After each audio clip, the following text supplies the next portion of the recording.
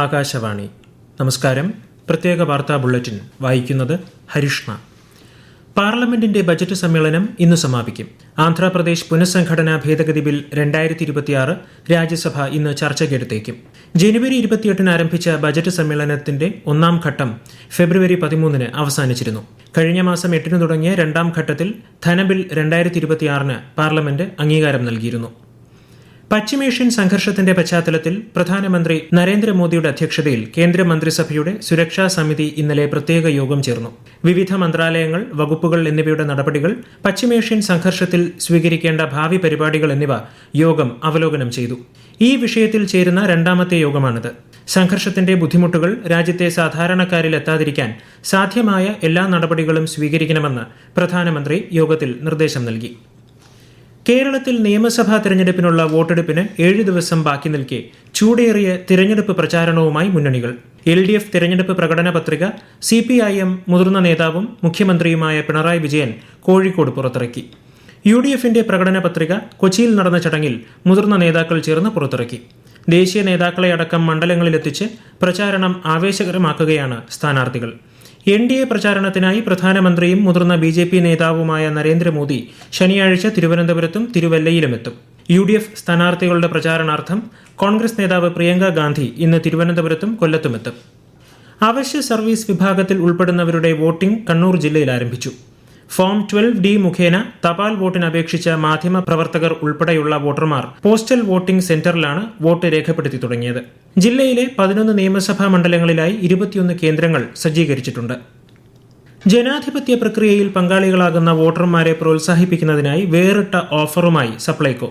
April 9 നടക്കുന്ന തിരഞ്ഞെടുപ്പിൽ vote രേഖപ്പെടുത്തുന്നവർക്ക് 1 രൂപയ്ക്ക് 1 കിലോ ശബരി പുട്ടുപൊടി നൽകുമെന്ന് അധികൃതർ അറിയിച്ചു.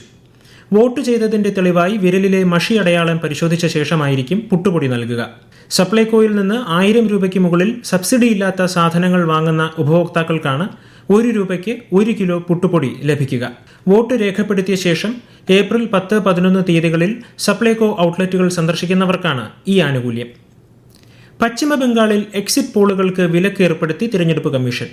അച്ചടി ദൃശ്യ മാധ്യമങ്ങൾക്കും ഈ വിലക്ക് ബാധകമായിരിക്കും. ഈ മാസം 9 രാവിലെ 7 മണി മുതൽ ആരംഭിക്കുന്ന വിലക്ക് 29 തീയതി വൈകിട്ട് 6:30 വരെ തുടരും. അതേസമയം രണ്ടാം ഘട്ട നിയമസഭാ തിരഞ്ഞെടുപ്പ് വിജ്ഞാപനം ഇന്ന് പുറപ്പെടുവിക്കും. യേശുക്രിസ്തുവിന്റെ അന്ത്യ അത്താഴ സ്മരണയിൽ ഇന്ന് പെസഹ വ്യാഴം ആചരിക്കുന്നു. ക്രൈസ്തവ ദേവാലയങ്ങളിൽ ഇന്ന് കാൽ കഴുകൽ ശുശ്രൂഷയും പ്രത്യേക പ്രാർത്ഥനാ ചടങ്ങുകളും നടക്കും. കുരിശുമരണത്തിനു മുൻപ് യേശുദേവൻ ശിഷ്യന്മാരുടെ കാലുകൾ കഴുകിയതിന്റെയും വിശുദ്ധ കുർബാന സ്ഥാപിച്ചതിന്റെയും സ്മരണയിലാണ് ലോകമെമ്പാടുമുള്ള ക്രൈസ്തവ വിശ്വാസികൾ പെസഹ ആചരിക്കുന്നത്. ക്രിസ്തീയ ഭവനങ്ങളിൽ ഇന്ന് വൈകുന്നേരം അപ്പം മുറിക്കൽ ചടങ്ങുകൾ നടക്കും. കുരിശുമരണത്തിന്റെ സ്മരണയിൽ നാളെ ദുഃഖവെള്ളി ആചരിക്കും. ദേവാലയങ്ങളിൽ കുരിശിന്റെ വഴിയും പ്രത്യേക പ്രാർത്ഥനകളും നടക്കും. ഉയർത്തെഴുന്നേൽപ്പിന്റെ സ്മരണ പുതുക്കി ഞായറാഴ്ചയാണ് ഈസ്റ്റർ വന്നെത്തുന്നത്. തിരുവനന്തപുരം ശ്രീ പത്മനാഭസ്വാമി ക്ഷേത്രത്തിലെ പൈങ്കുനി ഉത്സവത്തോടനുബന്ധിച്ചുള്ള ആറാട്ട് ചടങ്ങുകൾ ഇന്ന് നടക്കും.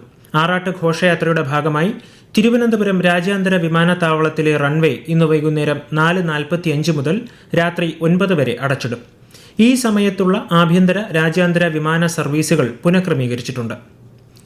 ഇന്ന് ഹനുമാൻ ജയന്തി. രാജ്യത്തിന്റെ വിവിധ ഭാഗങ്ങളിൽ ഇന്ന് ഹനുമാൻ ജയന്തി ഭക്തി നിർഭരമായി ആഘോഷിക്കുന്നു.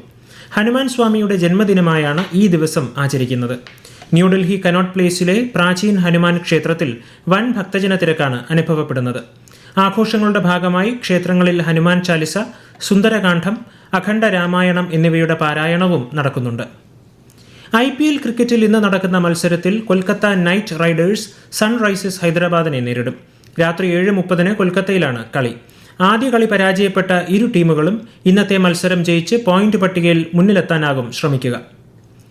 സാഫ് അണ്ടർ 20 പുരുഷ ഫുട്ബോൾ ചാമ്പ്യൻഷിപ്പിൽ നിലവിലെ ചാമ്പ്യന്മാരായ ഇന്ത്യ ഫൈനലിൽ. മാലയിൽ നടന്ന സെമി പോരാട്ടത്തിൽ ഭൂട്ടാനെ ഏകപക്ഷീയമായ 5 ഗോളുകൾക്കാണ് ഇന്ത്യ കീഴടക്കിയത്. നാളെ നടക്കുന്ന ഫൈനലിൽ ബംഗ്ലാദേശാണ് എതിരാളികൾ. തന്ത്രപ്രധാന ലക്ഷ്യങ്ങൾ പൂർത്തിയാകുന്നത് കണക്കിലെടുത്ത് ഇറാനിലെ സൈനിക നടപടികൾ ഉടൻ തന്നെ അവസാനിപ്പിക്കുമെന്ന് US president Donald Trump. EPIC fury എന്ന സൈനിക ദൗത്യം വിജയകരമായിരുന്നുവെന്ന് അദ്ദേഹം ടെലിവിഷനിലൂടെ അറിയിച്ചു. പ്രത്യേക വാർത്താ ബുള്ളറ്റിൻ കഴിഞ്ഞു. അടുത്ത വാർത്താ പ്രക്ഷേപണം ഉച്ചയ്ക്ക് 12:30.